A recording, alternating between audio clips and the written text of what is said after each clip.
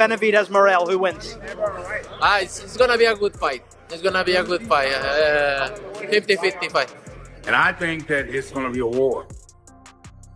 In my eyes, I see this a 50-50 fight. These fighters, I think David Morrell may have needed, one or two more real tests before he really, build the resolve to be able to handle a guy with the ability, the power.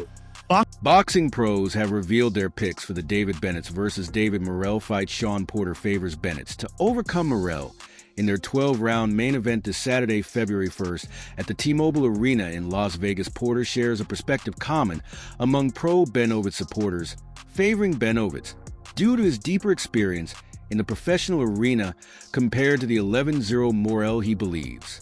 Benavidez holds the edge over Morrell, the seasoned competition Benavidez has faced in the pro sets. Apart at 36, Andrade has passed his prime, and Canelo Alvarez had already taken out Plant Ben's victories over them don't do much to boost his credibility in this matchup.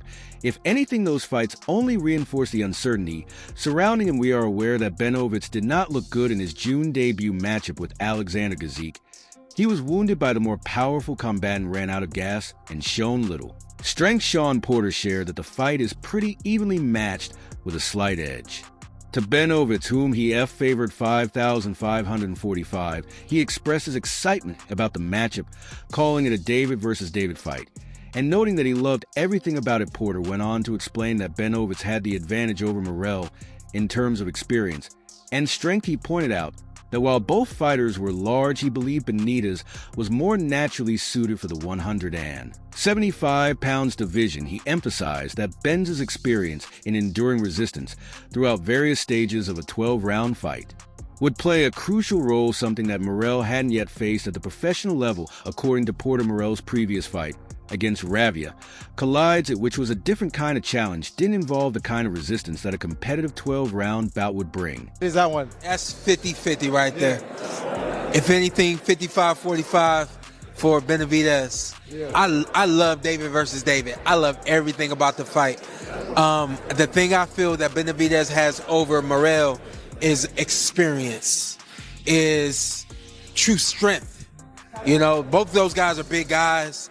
But I think Benavidez is more of the natural 175-pounder. Yeah, Morrell's such a high-level technical fighter, but Jose mentioned what you just mentioned. They feel like the experience is gonna eventually show through. I don't know, take me into that. How experience can trump talent and technicality like that. You know what? The thing that I know for this fight. Yeah.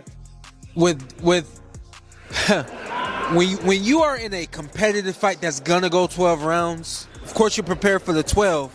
Porter points out that Morrell has yet to face an opponent who brings relentless pressure or matches the sheer size of the cruiserweight like Benavidez, while Morrell handled Ravo Kadek with ease in his 175-pound debut on August 3rd last year. He wasn't forced onto the back foot the way Benavidez is expected to push him this Saturday. Ravo packs more power in his single punches than Benavidez, but he wasn't looking to smother Morrell with relentless volume like the Mexican monster intends to with Benavidez. Charges and recklessly, he could walk straight into Morrell's sharp counters or get folded by a well-placed body shot. Ben's debut at 175 pounds was even more underwhelming than Morrell's performance against Alexander Gazike on June 15th. Last year, he ran out of steam after 8 rounds and found himself in serious trouble in the 12th when Gask H him in the final 30 seconds. Benavidez was little more than a stationary target absorbing a barrage of punishing combinations from the Ukrainian. Porter explained that Benavidez was capable of matching Morrell in both power and speed, and he could also box with him effectively. He added that this type of resistance would challenge Morrell mentally, creating a roller coaster ride during the fight. According to Porter, while Benavidez had experienced that kind of mental and physical challenge before Morrell had not, we have no clue if Benavidez can go toe-to-toe with Morrell without hitting the canvas. Sure, he proved he could trade shots with the smaller, aging 168-pounders. who padded his early record, but that approach fell apart at 175 against Gastic. He got rocked, then pointed fingers at his injured hands, an excuse that sounded more like damage control than reality. He might get knocked out early like Morrell has the ability to chip away at Benavidez's head, which is like a block of granite, as we witness in his bout with Gus. Benes absorbs headshot far better than body blows. A vulnerability that makes sense as love for food often leads to significant weight gain. Between fights, and like many fighters with a long torso and fluctuating physique, his midsection remains a clear weak spot. When asked if he could envision Benavidez defeating Morrell in 6 rounds similar to his victory over the smaller and older Demetrius Andrade on November 25th. 2023, Porter expressed that he was favoring Benavidez, but wasn't sure. He speculated that it might take 8 or 10 rounds for something like that to happen with Morrell, given that Morrell was bigger, taller, and younger than Andrade. Porter clarified that although Morrell was the same height as Andrade, he was much stronger and had more physical attributes on his side. He described the fight as one with resistance on both ends, highlighting that it would be a beautiful matchup. Benavidez will have a hard time securing a knockout in this fight without exposing himself to serious risk, either by getting stopped by Morrell or being systematically outboxed. He can't afford to approach this about the same way he did against the smaller aging opponents he dominated at super middleweight. His resume at 168 is paper thin, not much better than Edgar Berlanga. Meanwhile, Canelo Alvarez admits he's torn on the winner of Saturday's light heavyweight showdown between David Benavidez and David Morrell. When Benavidez and Morrell, 2 fighters Canelo has previously been associated with, compete for the WBA regular and WBC interim belts. Canelo will undoubtedly be watching closely. The bookmakers picked to beat the UN-beaten Cuban is Benavidez, but Alvarez believes the bout will be evenly matched. Canelo said that it's going to be a good fight. He predicted it to be a 50-50 fight after failing to get a fight against Canelo, who holds 3 of the 4 world titles at 168 pounds. Benavidez has advanced from super middleweight in June. The Mexican monster triumphed over former world champion Alexander Gazik in his debut light heavyweight bout. Meanwhile, Morrell also stepping up to 175 pounds, mark his entry into the division with a points win against RAV in August. However, Andy Cruz anticipates a knockout win for David Morrell. The 2020 Olympic gold medalist Cruz compares Morrell to himself, noting that both share a relaxed, playful approach to the sport. Benavidez appears visibly tense, a mix of anger and anxiety as he gears up for his showdown with Morrell. Watching the Mexican monster, it's clear he's carrying the weight of uncertainty, fully aware that this fight could be his undoing, but potentially rendering all the hard work of his career meaningless. The realization that his time at the top may be coming to an end seems to haunt him, pushing him to adopt an intimidating demeanor in an attempt to shake Morrell's confidence. Benavidez never sought this fight, having sidestepped Morrell's persistent call-outs since 2022. And for good reason. For the past 5 years, he's been cashing in against older, smaller opponents who are well past their prime. A showdown with Morrell threatens to derail that lucrative streak, forcing him into a challenge he's long avoided. What I can say about Morrell is he's a typical Cuban fighter. He's always smiling, and he's always dancing. I see him very similar to me, always joking and always dancing. Perhaps he's even worse than me, said Andy Cruz to the media, analyzing the David Benavidez versus David Morrell fight for next Saturday, February 1st. Cruz continued about David Morrell in terms of his focus for this fight. I see him really focused. It's going to be a difficult fight, but I think he's going to put on a good show. I see him winning. I don't just see him winning, I see him winning by knockout. His fans are rallying behind Benavidez, viewing him as a top-tier fighter, and they won't take kindly to Morrell exposing him as a fraud. No one enjoys watching their idols unmasked as mere hype, leaving them feeling duped and disillusioned. When Benavidez loses, they will leap from his sinking ship, leaving him adrift as he falls beneath the waves. Benz's defeat will be a hard pill to swallow for his fans. They've long hailed him as the top fighter in the 168B division, convinced he had what it takes to dethrone Canelo Alvarez, yet they rarely scrutinize his fighting style or the level of competition he's faced over his 12-year career. This blind loyalty raises serious questions. Looking at Benz's most recent bout against Alexander Gick makes it clear that he is a complete fool and was never the fighter that the naive fans believed him to be. Compared to Benz's thin resume, his performance makes it clear he's yet another carefully crafted fighter propped up by bouts against aging undersized opponent, while competing outside his true weight class light heavyweight, contender Adu Katic believes David Morrell's path to victory against David Benavidez lies in maintaining his composure through the crucial first 6 to 8 rounds. Meanwhile, Diego Pacho, a super middleweight contender, thinks David Benavidez will defeat David Morrell in a conversation with Shahzid. Pacho offered a sneak peek into the highly anticipated light heavyweight showdown, reflecting on his recent sparring sessions with Benavidez. However, his habit of repeatedly calling him David might leave viewers second-guessing which fighter he means. Maybe one of them should adopt the nickname Goliath just for this particular bout. Show told Zito that Benavidez had been looking very impressive, having spent the past few weeks training alongside him. He praised Ben8's great shape and the amazing things he had been doing in the ring, calling him a monster. He expressed confidence that Benavidez would handle business on February 1st, and even suggested that he might secure a stoppage victory against David Morrell. And man, how do you think Benavidez does? Your gym mate a week after you fight. How do you think that fight goes with Morrell, man? I think David, he's looking very good. I've been in the gym with him for the past few weeks, and he's been looking great shape. Doing some amazing things in the ring, like always. David's a monster, so I think he'll take care of business February 1st. I think he might even get the stoppage against David. Benavidez has earned his monster nickname thanks to his relentless, multifaceted attack. However, Pacho, who sparred with him just 3 months ago, highlighted the strength of Benz's defense. When asked about Benz's underrated abilities, Pooh's eyes lit up as he emphasized Benz's defense. He pointed out that while Bennett often stands upright, his defensive skills were exceptional. Pooh explained that Benavidez was very skilled at pulling back and then quickly countering with punches, making his defense surprisingly effective. Morrell is a guy that you can't take lightly. He's a great fighter. He's up there for a reason. One of the best Cubans out right now. So it's gonna be a great fight. But I just feel like David is one of those guys too who's a monster and just doesn't let anyone take it from him. And when he's in there, he's going in there for the kill. And of course, I feel like Morrell is maybe going to be his toughest opponent yet. Show added that Bennett is constantly looking to improve. Show shared with Zittel that Bennett films everything, paying close attention to every detail.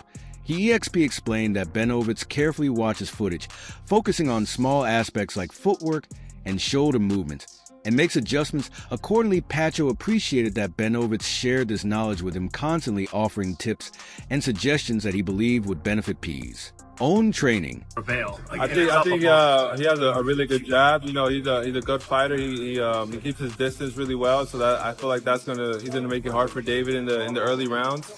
But like we saw with Caleb Plant, Caleb Plant was doing a great job boxing the first few rounds when he fought David, but then David just has that chip in his shoulder where he's just coming forward. Even on the clinches, he's still punching. He's still getting punches in, and I feel like when you're boxing a guy like David and he just keeps coming forward no matter what you do, it just makes it hard mentally for you to keep that same game plan and stick to it, because we have a monster like him throwing big punches coming in. Gabriel Rosado believes David Morrell's relentless taunts have unleashed a fierce side of WBC interim light heavyweight champion David Benavidez, igniting a fire in him ahead of their showdown this Saturday. Rosado believes that in their 12-round main event matchup, Benavidez would be targeting Morrell, trying to overload him with punches in order to knock him out. Benavidez isn't used to being seen as outdated or a one-dimensional RoboCop fighter by his opponents. However, the more technically refined Cuban, Morrell is taken aback by how simple his style seems. For years, Benavidez has relied on his size and relentless volume, dominating at 168 pounds.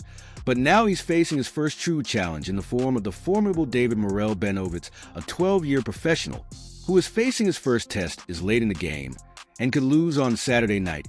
I favor Benavidez. I've known him for years now. I favor Bennett, but you can't sleep on Morrell. This is a fight that Benavidez didn't even have to take. This fight, Morrell was the one that needs this fight, said Gabe Rosado to Fight Hub TV, arguing that WBA regular light heavyweight champion David Morrell needs this fight against interim WBC 175 PBS champion David Benavidez. Morrell is in a situation where he hit the jackpot. So if he can end this fight, he's there, because nobody was really calling Morrell out. So that shows what kind of dog Benavidez is, he said. Come on, let's go, let's run it, said Rosado, failing to point out that Benavidez showed no interest in fighting Morrell. For 2 years after being first called out by him in 22, I think he's waking up a different kind of beast in Bennett.